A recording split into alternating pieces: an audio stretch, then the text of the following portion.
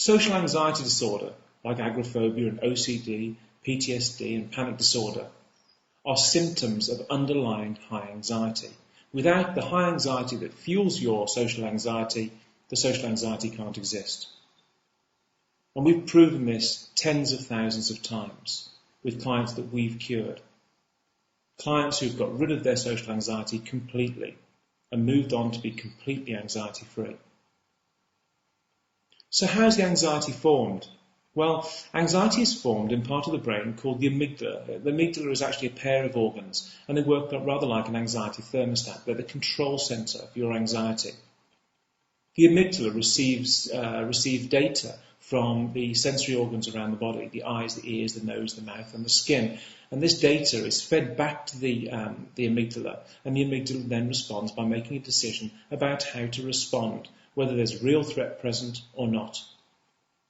If it detects a real threat, it goes into the flight or fight response. It releases adrenaline, and you go into the flight or fight response, which prepares your body for either fleeing from or fighting the potential danger. But you know that in social anxiety, there is no real danger present. Okay, you perceive your environment as fearful. Maybe you have to do a speech or go out in public, or maybe you have elements of agoraphobia. But ultimately, there is no real threat present. And you should be able to do these things without any high levels of anxiety. Well, your underlying anxiety disorder is fueling that anxiety. So if we can remove the anxiety and move it back down to a level that it was at birth when you were a child, then you should be able to move away from your anxiety and make a full recovery. And this happens time and time again. The way we do this is by providing an environment for change, an environment for recovery. And what I mean by that is that we provide an environment that allows your sensory organs to feed data back to the subconscious mind and the amygdala, which tells it that it is completely safe. And by doing so, it comes to the realization that it is safe and that it can adjust your preset anxiety levels back down to a normal level. And it does this very quickly indeed. It has to. The emotion of fear is very adaptable. It has to, because as we go through life, we move from places that are totally relaxed and vacant of any fear to places that can be quite threatening. And as we move between those environments, it's vital that our anxiety levels fluctuate in order to provide us with protection from potential fears and potential dangers. We do this using the Linden Method program, which is a structured way of providing the data, the external data that your subconscious mind needs in order to reset your anxiety back down to a normal level. And it does this very quickly, as I said earlier.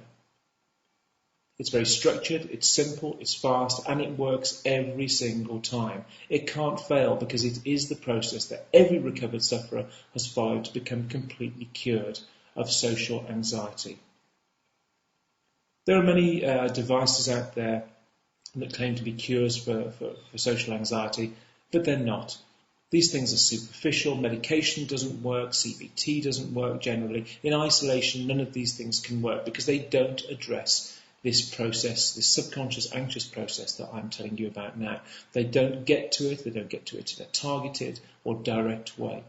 They don't render those neural pathways of anxiety that you've built up by practicing being an anxious person obsolete. They just don't do it. But our process does.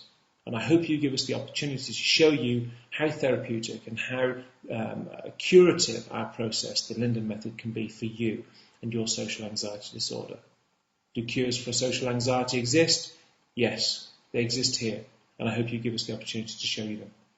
Take care.